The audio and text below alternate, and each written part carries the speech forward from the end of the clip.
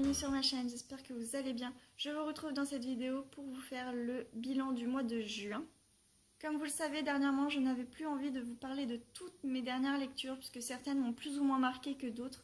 Et donc du coup, je suis allée voir la chaîne de les lectures de Rideuse, donc Marlène, et je lui ai demandé si je pouvais faire un peu comme elle et vous présenter donc les livres qui m'ont marqué et ensuite vous faire une espèce de petit clip avec toutes les autres lectures avec des petites indications si c'est un livre les plus, les moins. Donc là j'ai piqué un peu l'idée vraiment comme elle a fait Marlène, mais du coup je pense que j'essaierai d'adapter à ma façon ensuite pour voir comment est-ce que ça continuera ou pas à me plaire. En attendant, dans cette vidéo, je vais vous présenter donc les 4 livres que j'ai envie de vous parler. Et ensuite, vous verrez donc à la fin de cette vidéo mes autres lectures du mois de juin. Je commence donc tout de suite en parlant d'un livre que j'ai reçu lors de la dernière masse critique Babelio. C'est Le Bon Frère de Chris Offutt aux éditions Gallmeister. Donc Le Bon Frère, c'est l'histoire de Virgil, qui mène une existence paisible dans le Kentucky. Lui, tout ce qu'il désire dans la vie, c'est continuer son petit travail tranquille, avoir son augmentation, peut-être se marier avec une fille dont en fait tout le monde pense que il va se marier, et même lui il pense que ce sera la meilleure solution. Enfin voilà, c'est de vivre sa vie tranquillement, sans les autres qui l'embêtent, sans rien du tout. Sauf que voilà, son frère aîné s'est fait assassiner. Tout le monde sait par qui, mais on ne peut pas l'arrêter. Et donc du coup, dans ce village-ci, c'est la loi de la vengeance, en fait. Il n'y a pas de justice. Si la police est incapable d'arrêter le meurtrier d'un tel, ce qui règne, c'est la vengeance. En l'occurrence, tout le monde sait qui a tué le frère de Virgin. Et donc du coup, ce qu'on attend de lui, c'est qu'il aille tuer celui qui l'a tué. Et après, bon bah voilà, ce qu'il sait que derrière... Sauf que voilà, derrière, il sait que il aura toujours cette épée de Damoclès sur la tête, puisque si lui, il a tué l'assassin, donc les plus proches parents de la personne qui a tué son frère, voilà. C'est une chaîne sans fin, c'est un cercle vicieux. Et lui, il a vraiment pas envie de ça, il a pas envie de vivre avec une épée de Damoclès sur sa tête, il a juste envie de vivre sa vie, point. Donc du coup, voilà, il va y avoir tout un truc autour de cette vengeance. Est-ce qu'il va réaliser sa vengeance ou pas? Est-ce qu'il est libre? Est-ce qu'il n'est pas libre? Quelle justice? Tout ce roman tourne autour de ce côté de liberté, de quête d'identité, puisque pour pouvoir se faire, est-ce que oui ou non il va venger son frère? Mais à un côté, on sait qu'il voilà, il va à un moment donné partir et voilà, il y aura cette quête d'identité. Qui est Virgile? Qui est-il vraiment? Qu'est-ce qu'il attend de la vie? On va aussi parler donc des libertés individuelles, des libertés collectives. Il va y avoir énormément de choses dans ce roman sur les lois américaines, la loi notamment aussi du port d'armes ou pas. Voilà, il se passe des choses dans ce roman autour de Virgile. Et vraiment, j'ai trouvé ce roman très très intéressant, vraiment très bien écrit. On voyage vraiment dans ce roman. On voyage vraiment dans le Kentucky, mais aussi on voyage dans le Montana. Et vraiment, on découvre vraiment l'Amérique à cette époque. Et moi, ça m'a énormément plu, ce roman. Je suis vraiment très contente, en tout cas, de l'avoir découvert. Et donc, je remercie encore une fois les éditions Gallmeister et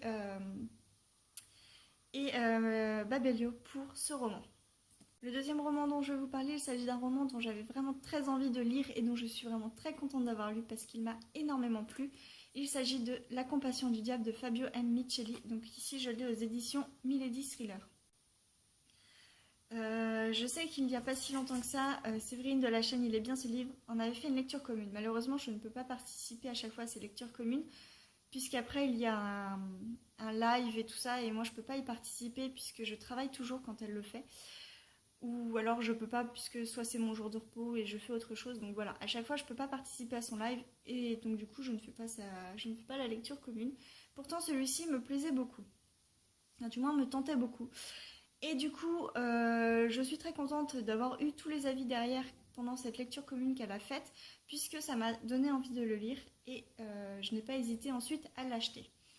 Donc je l'ai lu en lecture commune avec Marine du blog Les Lectures de NBS, il me semble que c'est ça. On se fait beaucoup de lectures communes comme vous le savez et souvent donc ça marche très bien et notamment avec celle-ci ça a super bien marché. Donc c'est inspiré d'une histoire vraie donc du tueur en série Jeffrey Dahmer, donc c'est une histoire vraie on va dire qui existe, assez horrible donc de ce tueur en série cannibale. Même si je connais très mal l'histoire de ces meurtres, j'ai vraiment adoré ce roman.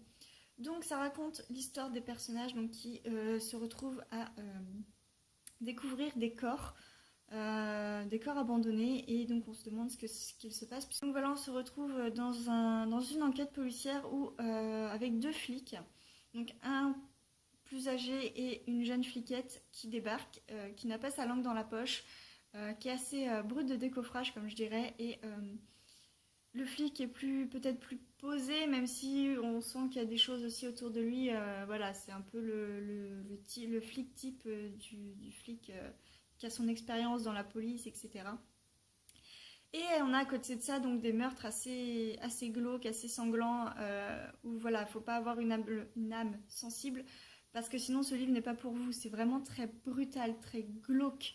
Comme je dis, très brut de décoffrage. Faut vraiment avoir le cœur bien accroché pour lire ce roman, puisque les meurtres sont assez difficiles à lire. Et pourtant, donc voilà, c'est très intéressant puisqu'on a affaire au cannibale de Cleveland, donc ce qui tourne un peu autour donc, du tueur en série Jeffrey Dahmer. On l'a ici dans le roman avec les personnages et moi j'ai beaucoup aimé ce roman. C'est vraiment, comme je le disais, c'est vraiment très prenant, c'est brutal, c'est glauque, c'est oppressant, c'est tout ça à la fois et moi j'ai beaucoup aimé. Je conseille vraiment ce roman. Après je sais qu'il a eu des avis peut-être pas... qu'il a eu des avis un peu mitigés aussi, mais moi j'ai vraiment beaucoup aimé ce roman.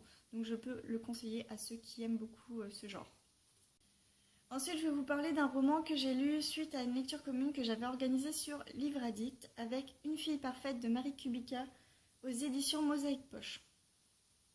Donc voilà, c'est un roman qui me tentait beaucoup en grand format, sauf que, comme je le dis souvent, je ne peux pas me permettre d'acheter des grands formats très souvent, encore moins neufs. Par contre, des formats poche, j'hésite pas. Et j'attends très souvent donc, les policiers et thrillers de leur sortie poche, puisque ça sort quand même, on va dire certains sortent très vite, et puis en attendant, il y a toujours de quoi lire. Et celui-ci, dès sa sortie poche, je me le suis procuré. Et je l'ai lu aussi donc en lecture commune avec plein de monde sur Livre Addict. Et ça a été vraiment une lecture partagée. J'ai vu qu'il y avait beaucoup de personnes qui n'avaient pas accroché du tout à ce roman. Moi, pour ma part, j'ai adoré. On se retrouve donc dans un roman à 3 voix qui parle et qui raconte l'histoire de Mia. Donc Mia qui vient d'être enlevée. On ne sait pas où elle est, on ne sait pas ce qui s'est passé. Et en même temps, enfin voilà, il y a un peu de passé, il y a l'avant, l'après, et il y a 3 personnes qui parlent. Donc il vient d'être enlevée et on a l'après, donc quand elle a été retrouvée.